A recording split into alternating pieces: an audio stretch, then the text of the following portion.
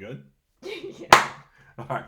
Well, good morning, Element. Thank you so much for joining the Element Online. We are so thankful that you're a part of what we're doing. Don't look at me and start laughing. We've done about 5 takes so far because we start laughing about something stupid, me clapping too much, or sounding like I'm echoing my own self. It's been a little chaotic. In any case, we're glad that you're here. And this week is called Not Wings. It's not Hot Wings, but it's Not Wings with Kim Blaylock. If you guys don't know, Kim is my wife. We've been married almost 4 years, and we are enjoying that. We've got 3 kids under 3. That is chaos. We'll talk about that in a little bit. But I have been really hoping that she would do this with me because what we're doing right now is we're going through the book of John. And as we've been going through John 4, we've been having conversations because what we see with Jesus is Jesus is in the middle of conversations with people. And so as he's in the middle of a conversation, we kind of get in the middle of a conversation with me and some friends and just have a talk about what Jesus is talking about. And I think it's really helped us find ourselves in the story and then just begin to see how that scripture applies to our lives as we move forward. And so before we jump in today, I just want to remind you of one thing. If you didn't see it last week, Element, during the week of Easter, you guys crushed it. You gave over $7,300 to help the ICU at Baltimore Washington Medical Center. We're not only going to be providing them drinks like Gatorade and water, but we're also going to be providing meals once a week for 2 shifts. And we are excited about that. We're still in contact with them, working out all the details, but we can't wait to start serving them food and just blessing those people. And we've got somebody already on the ground there who's working as a nurse, helping lead a team of nurses. And we really get to set her up well as a person of peace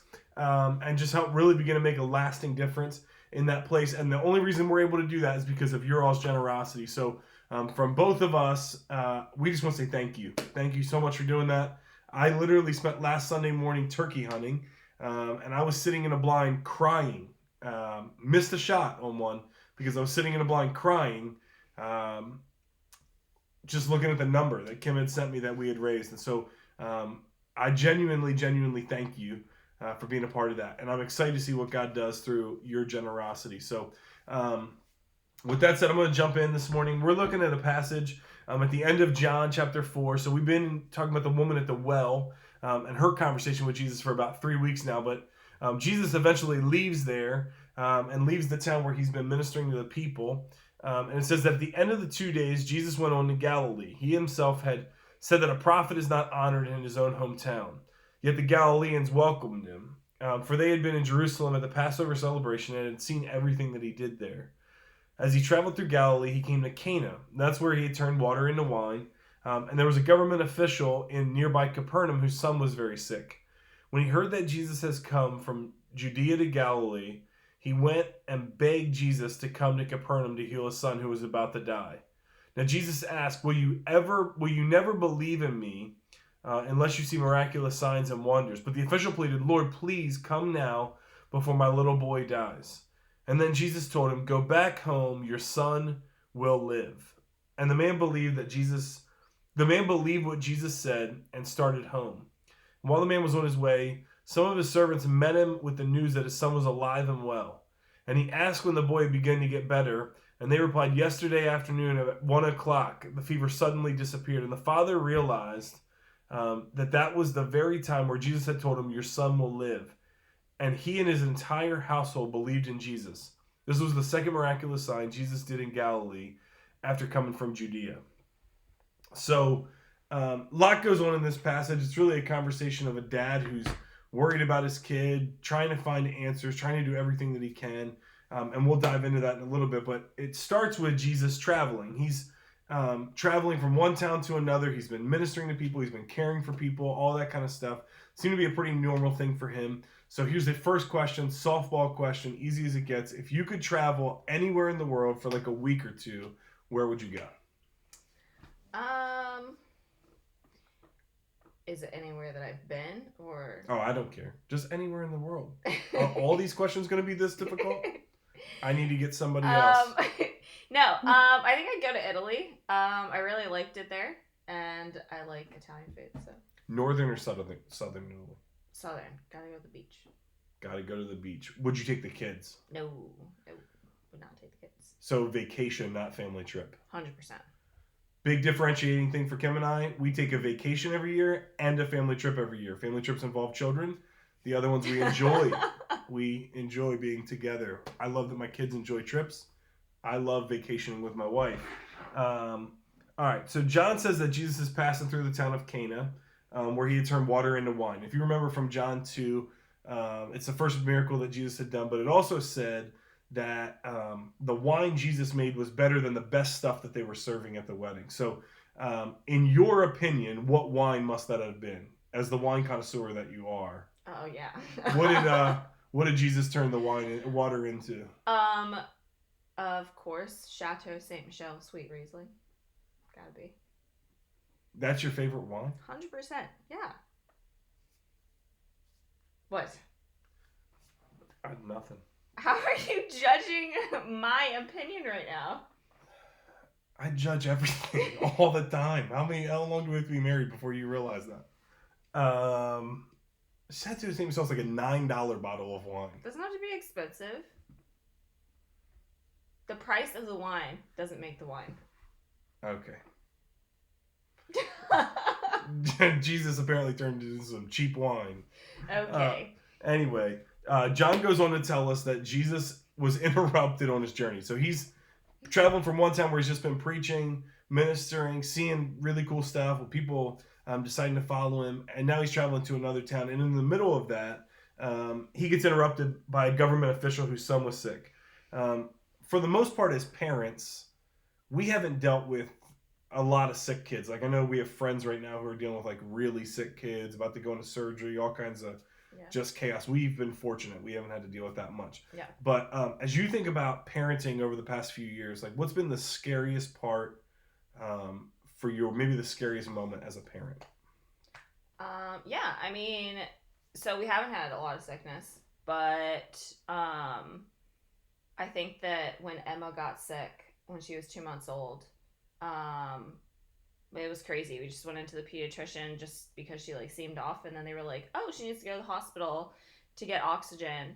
And then every doctor that came in after, like each doctor one after the other was like, oh, it's progressing even further. And then we ended up at Johns Hopkins and then PICU for a week. And it was terrifying, like seeing your kid laying in a hospital bed, like hooked up to machines and stuff. Yeah, so I think that was definitely the scariest. Yeah, definitely the most surreal moment I've had as a dad and probably as a human was following you in the ambulance on the way down there. Like, what a helpless feeling. I knew there was nothing I could do. Yeah. Literally, I could get there quicker and it wouldn't help anything. Yeah. But yeah, we went to the doctor and you called me because you just took her. Yeah. Like, I was home with no one. You were like, yeah, I'm just going to go get her checked out. They want to see her. All right, sounds good. Go in. Everything looks good. And I remember you going, everything looks good. They're running one test. They'll kind of come back and let us know. And then one doctor comes back and goes, oh, yeah, that test is positive. You got to go to the hospital. Yeah. Then the first doctor at the hospital, when I met you there, was like, everything looks good. And then the next doctor comes in. It's like, we're going to admit you. And the next doctor comes in. We're actually going to send you to Hopkins. Then the ambulance guy shows up and is like, we're taking you right now. Yeah. And it's just getting more. Yeah, just like escalated and escalated, and then it's like, oh, it's gonna keep getting worse for a couple days, and then it'll get better, and it's like, oh, this is really terrifying that you're telling me it's gonna get worse than it is right now. Yeah, scary for sure. So sticking with that part of the story, it says that Jesus was interrupted by a government official, and on the surface that doesn't seem like that big of a deal, but the government officials of that day oppressed the Jews, weren't big on religion. The Roman officials, if this guy's a Roman official, really kind of kept their like proverbial thumb down on the Jewish people. They could kind of abuse them, take advantage of them. They could do what they want. So for this guy to come to Jesus took some big guts. Like he kind of has to step into a place where he's probably not going to be that liked. And Jesus decides to show him grace. Like Jesus has a conversation with him. Jesus cares for him. Jesus speaks truth and heals his son, right? So I was thinking about this, like, I know you're a person who leans into truth far more than grace. And I don't mean that in a backhanded way. I just know your tendency is to go truth. Like, when you get frustrated with something not going your way, you're like, I'm mad about it. I'm not gracious about it. So when's the last time you felt like you really were able to show grace to somebody who didn't deserve it? I don't know if I have like a specific example that I can like think of off the top of my head, but I think that it happens a lot when we're like out, like just, well, maybe not right now when we're out, but usually when we're out doing stuff. I feel like I run into situations where um, I totally don't agree with like the person that is driving a car next to me or that's in a store or like does something, and it's just like it's really easy to immediately be like, this makes no sense and this is the stupidest thing ever. But then just being like, you don't know their situation, you don't know why they reacted that way. Like when you have like an impolite like cashier or something, Sure. and trying to be like, okay, maybe there's like maybe they're having a really bad like situation or something like that. So Yeah. Do you feel like having kids has made you more gracious? oh yeah, absolutely. I mean, I think that I have to give Noah grace a lot, and that's really hard because he's 2, and you know, if he doesn't get enough sleep the night before, or he's hungry or something, and we haven't set him up for like this success, the best success in life, then it's like, oh, I have to be gracious with him in this moment because he can't handle things like adults can. So I want to choke him out most times in those situations. So. yeah, like today he's We downstairs love our kids. yelling, and I'm telling him to clean up, and he doesn't want to clean up, and like I recognize that he's tired, and so I give him the grace of like, hey, you're not gonna get in trouble in this situation, but we just need to go to bed instead. Yeah. Which he felt like he was in trouble. Yeah. Because he had to go to bed. Yeah. Without any warning, which is totally fine. But he needed to go to bed. But he needed to go to bed. Yeah, that was probably the most gracious thing you could do. Yes, was just send him to bed and then move on. Yeah. All right, so you know, you kind of hit this like the idea of like traveling right now. We're not out a lot right now. I totally get it. But as we walk through like life with the coronavirus, and not that you and I have had it, but just that it is so prevalent, and no matter where we go, you can't escape like the effects of the coronavirus, right? Yeah. So the government has made some decisions for us, and some people like that, some people don't like that. We're not here to debate politics about it, so this isn't a political question at all. It's just a question of how have you dealt with some of the restrictions that government officials put on you. Like Jesus dealt with that. Yeah. The followers of Jesus dealt with that. How have you handled the restrictions that the officials have put on you? Yeah, I mean, I think the biggest thing that we run into is doing it with a 2-year-old Sure. who doesn't understand why we're not going places. And like we go places all the time. We're always doing something, we're always going somewhere. And so he doesn't get any of it. So I think that we've just been like, okay, we're going to take family walks around the neighborhood, or we're going to go on hikes, because going on a walk, you have to like avoid the playground that we can't go to, which gets complicated. So I think doing that, and then it's weird because we just had a baby, and this is a time where we'd like get our groceries delivered, because I'm like usually like, oh, I have all these things to do, and that's just something to take Sure. off my plate.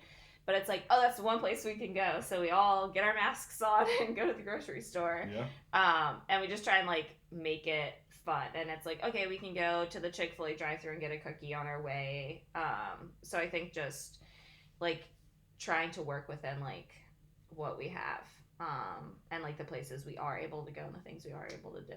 Yeah. Best experience you've had during coronavirus? Yeah, so we totally redid our out front patio area. Well, it wasn't a patio. We put it in a patio. And now we just sit outside a bunch, and we do sidewalk chalk and bubbles, and Noah rides around on his tractor, and it's just a lot of fun. And our dog gets to go out there with us, and so I think we're just really enjoying like outside family time. And we've had really nice weather pretty much, so it's been good to just be able to be outside as like Sure. family. Sure. So one follow-up question there. You said we put in the patio. I just, on behalf of Steve, who recorded with us last week and helped me dig out the patio and put in new stones and all those things, how have we put in the patio? I had the idea 3 days after coming home from the hospital having a baby that we should do a big project that involves manual labor that I'm not allowed to do. And so I was just the idea behind it. So that's my part, was the idea of giving you all the work. Thankful for idea people. If you've ever done a weekend project that took you more than 7 days, I'm with you. That's how this project has been, and I'm still not done. I get to work on it next week when my dad is in town. But It has been a lot of fun. I love what we've been able to come up with and put together. And I bought the stuff. I spent the money. There you go. I'm thankful to Steve who helped me actually build it. All right, so the crowd's following Jesus. They're definitely gonna have issues with this government guy because they may not have been religious on the front end, but they're definitely working with Jesus now. And even one of Jesus' closest followers, if you guys don't know this, the other guy named Judas was not Judas Iscariot who betrays Jesus, but the other Judas who was a follower of Jesus is, I'm blanking on the word right now, and I will put it in the comments tomorrow, but he is like anti-government. So this would have been somebody who would have like bothered him, offended him, definitely worked against him. In any case, the guy comes to Jesus anyway. And I was making the joke with you earlier, like it really took some big like guts to be able to do that, right? Like you're walking in a situation where you don't even know if the guy who you need help from is going to accept you. Mm-hmm. And I was thinking about like the way we pray or the way you pray and what you may have been praying for. So like, what's the last big thing like you feel like you went to Jesus with? The last big thing that you were just like, Jesus, if you don't move, nothing's going to change. I need your help. Yeah. So we just had a baby. And it totally did not go how we planned at all. I don't think any of them have, but yeah, so we get to the hospital and it's 2 weeks early and they're like, oh, hey, the baby flipped. And so then they like start talking about C-section and it just gets crazy really quickly and everyone's in masks and it's just like everything is just totally not normal. I'm in a lot of pain. And like when we're actually prepping for the C-section, you're not allowed to be there with me because of COVID stuff. Yep. So I'm in this room, I don't want to say by myself, but with like 8 doctors. But sure. It was terrifying. I was so scared. I had no idea what was going on. It's my 3rd kid and I felt like so unprepared because I was like, I've never done this before. But they were doing my epidural and I was literally just sitting there like, dear Lord, like, please help me survive this surgery. Like I was just terrified that something was going to go wrong. And then at one point in the middle of the surgery, I literally felt like a weight was like sitting on my chest and I was like, this is the time that I die. And I just was like laying there like, okay, God, like please be with Ryan, like help him know how to like raise these kids, like please like help me get through this if it doesn't work out. And it was just like it was really weird because I'm in the middle of surgery praying very hard that I'm not gonna die. And yeah, it was just a really weird experience, but I think that's when you get like the most vulnerable like prayers. Sure. So. Yeah, they pulled you out of the room, like wheeled your bed out of the room, whatever they do, and I just sat down in an empty room that's actually like big, like those are the biggest hospital rooms. I'm sitting in an empty room that's big where you're supposed to be, where our kid's supposed to be born, and I can't go with you, and I'm just there alone. Yeah. I'm really thankful. For a couple friends that I was able to text who were able to encourage me, pray with me. One of them, CJ, got on the phone with me for 45 minutes while he was in the middle of doing something and just talked. Like he asked me, he's like, what's your plan for the next half hour? And I'm like, I don't know, man. And then he just kept asking questions and talked to me for 45 minutes until they were FaceTiming. And then we were able to go. But yeah, that was definitely scary. And I definitely was praying some of those same prayers like, God, I can't do this alone. But if it makes any sense, like if you've ever watched any TV show that has a sad moment in a hospital, that's what it felt like. It's like the room is empty, the camera's gonna like zoom in, and I'm gonna be here crying, and it's just gonna go silent, and then it like fades to credits, and I'm like, no, it can't fade to credits right now. I need my wife to come back in this room with my baby. Yeah. It was definitely a big like prayer moment for sure. Yeah, definitely. All right. So praying big things is one thing. What's crazier to me about the official is that not only does he like bring his desperate request to Jesus, he comes to him, he spends time with him, he talks to him about what's going on. Like he's already kind of like crossed social norms, political norms, all that kind of stuff. But then Jesus says, I'm not coming to your town. You just have to trust me enough to walk in faith back home. Yeah. and see what happens. Like, you've got to trust me enough, put your faith into action enough that you're just going to walk back home in the midst of what seems crazy. Yeah. And so I've been thinking about this a little bit, but you're somebody who wants to put your faith in action. Have you had a time where you prayed for something, felt like you had some kind of clarity from God, but it wasn't happening yet? And so you just kind of had prayed for it, you trusted what God was saying, but you were in a place where you went, I'm just going to have to start walking because I can't just keep sitting here. Yeah. I think that with like job search stuff, that's kind of been the case.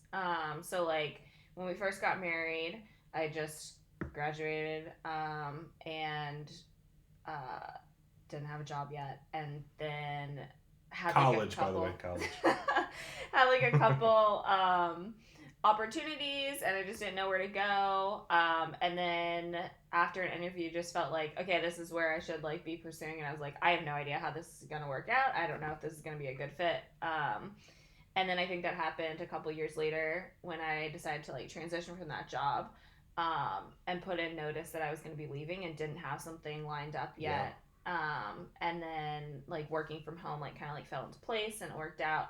And then we're here again with like COVID happening, so like losing the job that I did have and like picking up some extra work like randomly from people. But I think that through like job search it's kind of like been like that, like just keep walking and like I'm gonna make sure it's taken care of. Sure. Just keep going.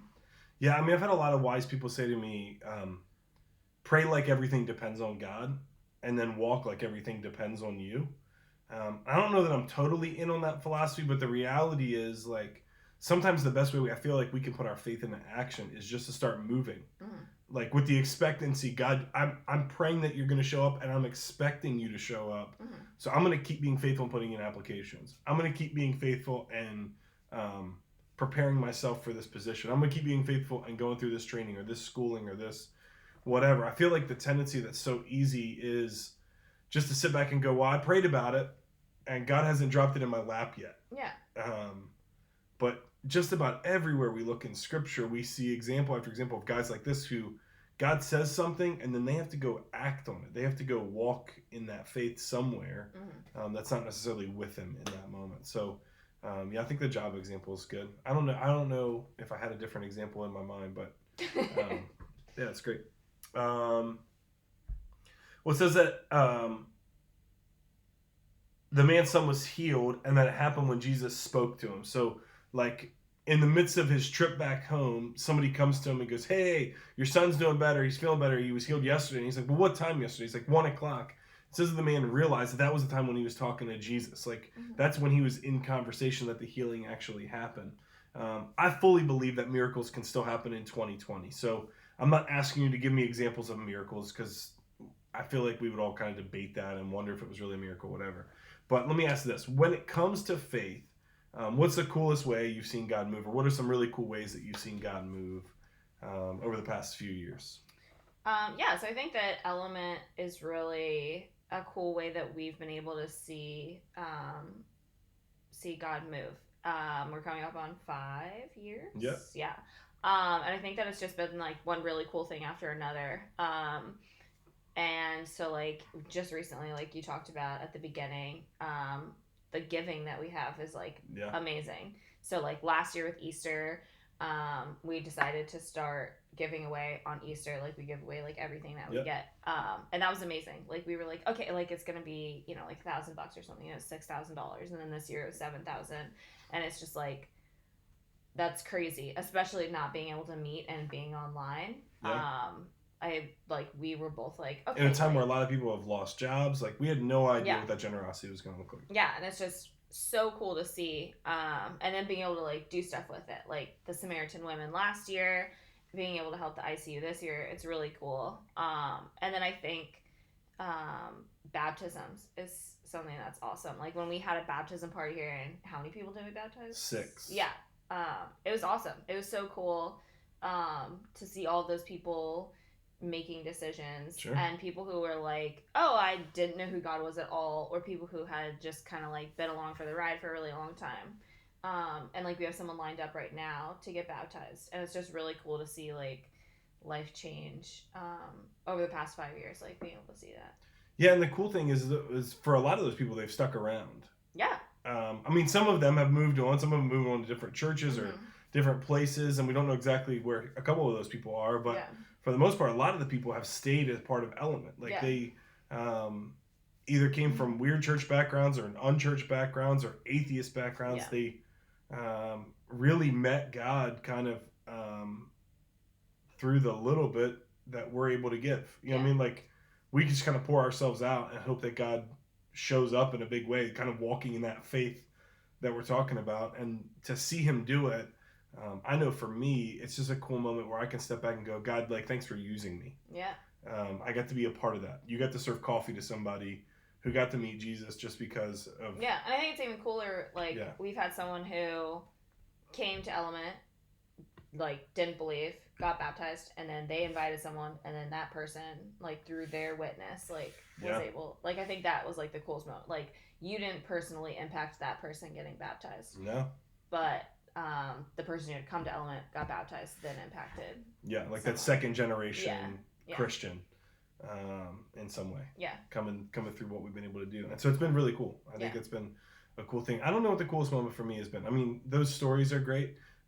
Even the person who's lined up right now for baptism has been a really cool story for me because Francis, our worship leader, I mean, you know he's our worship leader, but you don't know Francis is our worship leader. Him and I have been praying for this guy specifically for like 2 years now. Yeah. And he came because his sister came. And his sister came and got baptized at Element. She was like the first person that we baptized at Element like years ago.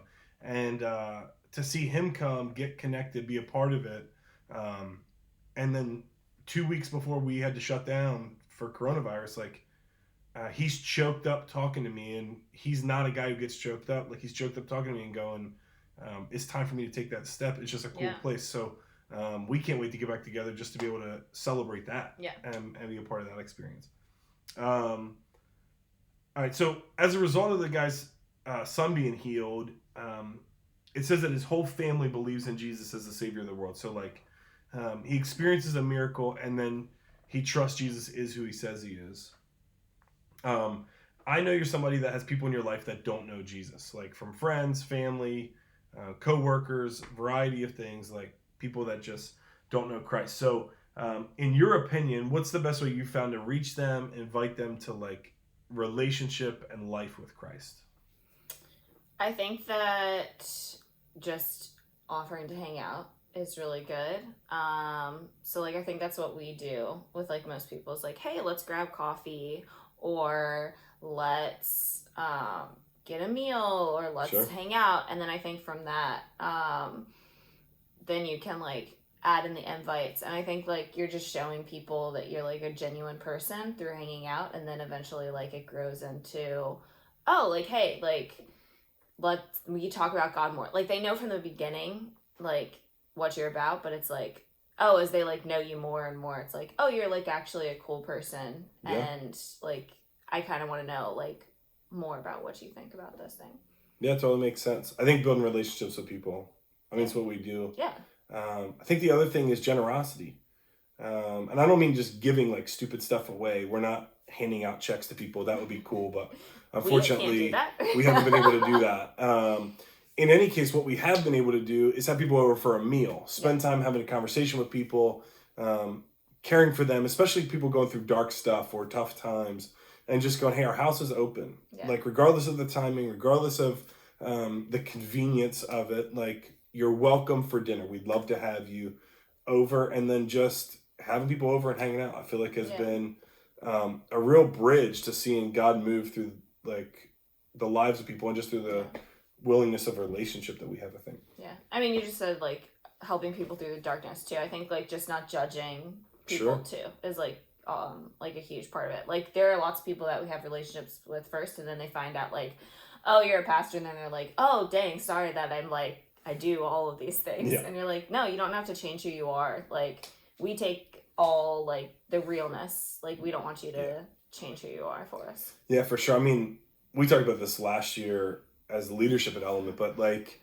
just the mentality of what we're about is real. It's connecting real people to the real Jesus. Like we have no desire for our people to check their minds or their emotions or their feelings at the door. We want them to come real. And the same thing's true for our house. So we want you to come in our house, spend time with us being real, having open conversation. Like I'm not worried about exposing my kids to deep conversation or heartbroken moments. Like I want them to experience how we care for people in that. And so, man, I love those moments where we get choked up because we're heartbroken for somebody. And I don't love that I'm heartbroken, but I love being able to empathize with people and just care for them, and hopefully care for them well. Yeah. All right. So last question, we're on question number 10. This would be where we do the last dab.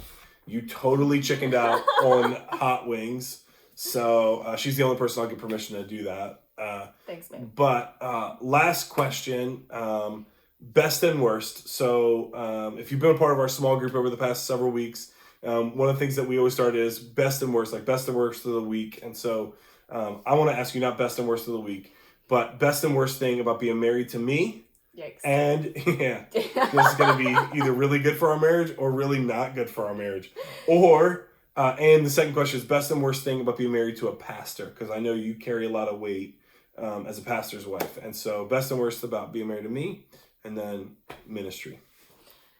Best and worst about being married to you. Well, best is definitely that you take us on adventures, like as a family and as a couple. Sure. I love that. I'm super not spontaneous at all. I always want the plan. Like we went out, he took us out to pick up a dessert yesterday. Yeah. And I kind of freaked out because I thought we were going to Cold Stone and we weren't. And it ended up being a fight. Because I'm not spontaneous. Pray for our marriage. But we ended up having a great time picking up ice cream somewhere besides Cold Stone. But Insomnia cookies. Yeah. Insomnia cookies. I wanted sweet, and because ice cream's apparently not sweet. Whatever. Okay. Go ahead. Keep going before people get distracted. Yeah. So I love adventures. I think that's great. Worst thing. How loving I am. Yeah, your overwhelming love.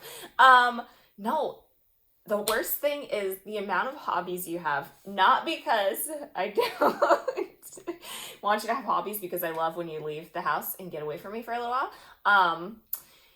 It's real in here. But I have to find a place for all of the stuff that you have. Like right now, I'm staring at turkey hunting stuff sitting on my couch. But there's just so much stuff for all of your wonderful hobbies, and I just have to keep finding new creative ways to store all of the things you do. Yeah, so I think that's probably the worst, is that it's just, there's always something that I'm trying to organize in your life. It's great. It's good. Pray for us, please. That's good. Yeah. Totally get it. Yeah. Yeah, I think best and worst for me, I'm not even going to ask these questions, but best and worst for me would be, it's just two bests. I don't have any worst. Oh, yeah, okay. Whew, not going down that road. Best would, well, I think be how supportive you are of all that stuff. Like, I think the best thing about our marriage is our communication. Yeah. Like, I know that when you say something, I can trust what you say. That you don't play games, that you don't pull punches, that you don't hold back. Worst might be at times you tell it to me too bluntly, and like it is like crushing in a moment. But the like reality that you is have too many hobbies. No, just the reality is that like just knowing that what you say is true, and then I can act on that. So if you say it's good for me to go hunting, if you say it's good for me to spend time with a couple guys, if you say it's good for me to work late on a day or work early on a day, like I don't have to stress about it. I know that you said it. I don't have to wonder and feel guilt or kind of get in my head and go crazy. And so, yeah, our communication I think is great. And kind of as the tension rises with coronavirus and with kids and with chaos and, you know, everything else, I think, like I really am glad our communication has stayed solid. Yeah. And not going crazy. I have no idea what the worst would be. Worst would, well, see, worst would be night sweats when you're pregnant because you wake. Yeah, exactly. Sure, you want that in the video, but it's already out there. Whew, that is awful. 4 years of marriage, you've been pregnant for 3.5 of them. I've literally been pregnant every single year since we And the hormone swings of pregnancy are wonderful. See? And moments that I can cherish. Yeah, and you want another one. Yeah. So... Twins. Yeah. Anyways, what was the last question? Best and worst about being married to a pastor. Or being married to me as a pastor. I don't want to be married to somebody else as a pastor. I think that the worst part, or I guess, like, can I say, like, the hardest part? Not sure. The worst. I think the hardest part is friendships as a pastor's wife, because, I don't know. It's just, you can't be honest with, not honest, you can't be open and vulnerable with every single person. And that goes with, like, life in general, right? Sure. Like, you have, like, closer friends than others. But I think it's, like, even harder because you're also, like, pastoring those people. And, like, we have a very separation of roles that happens. Like, you are the pastor. It's not like we pastor together. Like, some churches pastor together. But still, like, there are people who, like, look up to you and stuff, or, like, want your opinion or advice on things. And so I think that the hardest thing is, like, finding, like, real friendships in that. And then there's been a couple of times that I've been, like, hurt by, like, friendships, and that is tough. So I think that makes me even more, like, guarded towards that. And the best part, I don't know. Getting to hear me preach. Yeah, the best part is recording late at night. Yeah.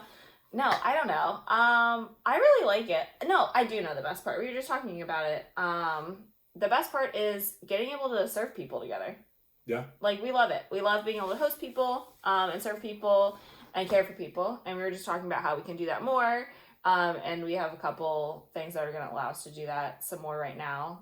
We have some more time because of COVID, which is nice. We really enjoy serving people, and we've had to, adjust how we do it because we can't have people over for dinner right now. But we love, like, being able to deliver things that, like, make people smile. Yeah. And so I think that is definitely the best part. Yeah, so if you're part of Element and you're local, we've been doing some stuff we've been called Surprise and a Smile. Yeah. Where we've been able to serve people, dropping off coffee, dropping off baked goods. You feel like your new calling is gift baskets. Yeah, I love making gift baskets. And just being able to be an encouragement, be a blessing, like, let people smile and laugh about something in the middle of their day. And so, it's been a ton of fun. Guys, thanks so much for tuning in. Thanks for being a part of this.